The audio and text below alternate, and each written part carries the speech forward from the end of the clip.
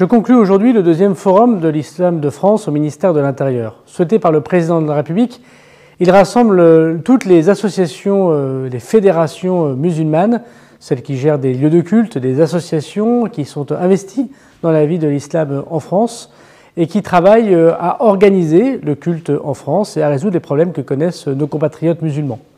Nous avons réglé déjà beaucoup de problèmes, notamment l'accès aux comptes bancaires des lieux de culte, mais aussi les assurances qui touchent ces lieux de culte.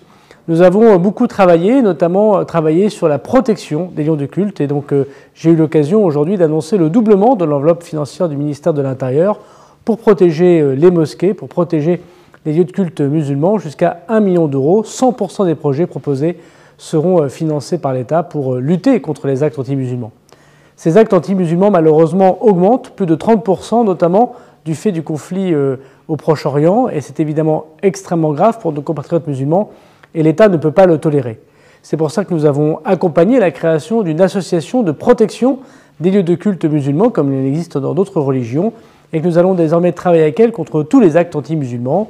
Et je veux dire d'ailleurs, en remerciant les policiers et les gendarmes, que les réponses pénales sont très importantes, très fermes, et que la police technique et scientifique travaille à retrouver, comme ça a été le cas notamment en Bretagne, ceux qui essayent d'incendier des lieux de culte qui touchent nos compatriotes musulmans.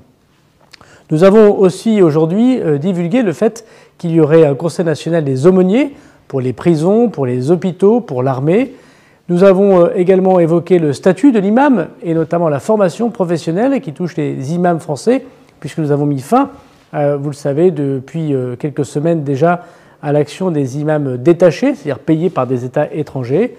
Et pour que ces imams soient entièrement payés par les mosquées françaises, avec un argent désormais que nous connaissons et qui est transparent, connu par l'État français, nous devons aussi garantir aux ministres du culte, aux imams musulmans, une protection sociale, des diplômes qui assurent qu'ils parlent français, qu'ils sont insérés dans la société française, mais surtout pour qu'ils soient bien rémunérés, correctement rémunérés, ce qui n'est pas le cas pour tous les imams aujourd'hui.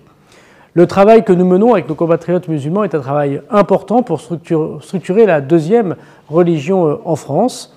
Je veux, à quelques jours du mois de Ramadan, leur souhaiter évidemment les meilleurs travaux possibles pour organiser partout sur le territoire national au niveau départemental, en lien avec les préfets, la vie de l'islam en France, mais aussi souhaiter à tous les croyants un bon mois de Ramadan et leur dire à quel point l'État français compte sur eux.